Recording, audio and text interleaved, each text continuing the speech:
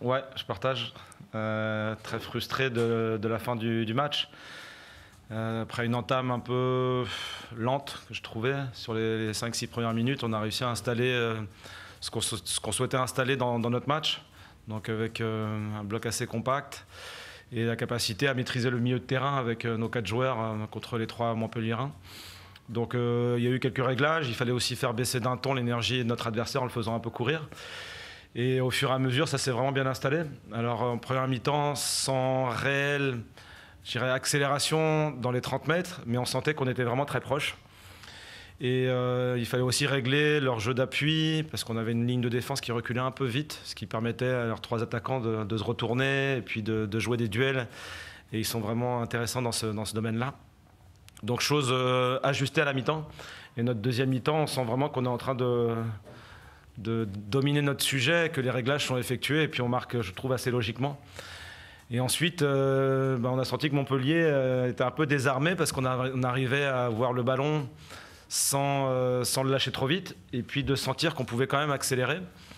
Donc c'est après cette partie-là du match qui est la plus frustrante parce qu'on a à la fois du plaisir à la jouer, on sent qu'on la domine, et en même temps, le score nous échappe à la fin. Donc il y a encore des petits réglages à opérer. Bon, on a encore un groupe très jeune.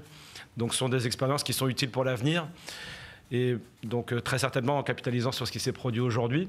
Mais aussi ça nous dit qu'on continue à progresser, qu'on avait potentiellement une 3e victoire consécutive à notre portée jusqu'à la 93e minute.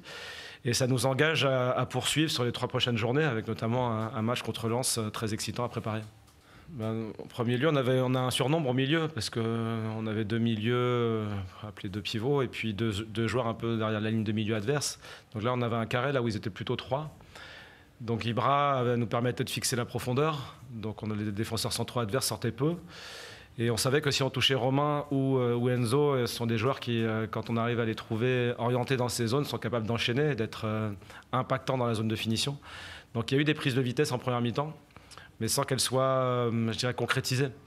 Mais on sait que sur 90 minutes, à se répéter avec la qualité de ces joueurs, à un moment, ça finit par peser sur les occasions. Et donc ça a fini par se produire. Ouais, on s'est fait cette remarque avec le staff.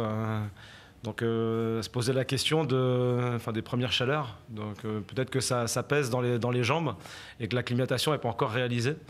Donc nous, ça nous a surtout, alors que l'échauffement avait été très bon, très dynamique, c'est plutôt l'entame qui a été un peu difficile.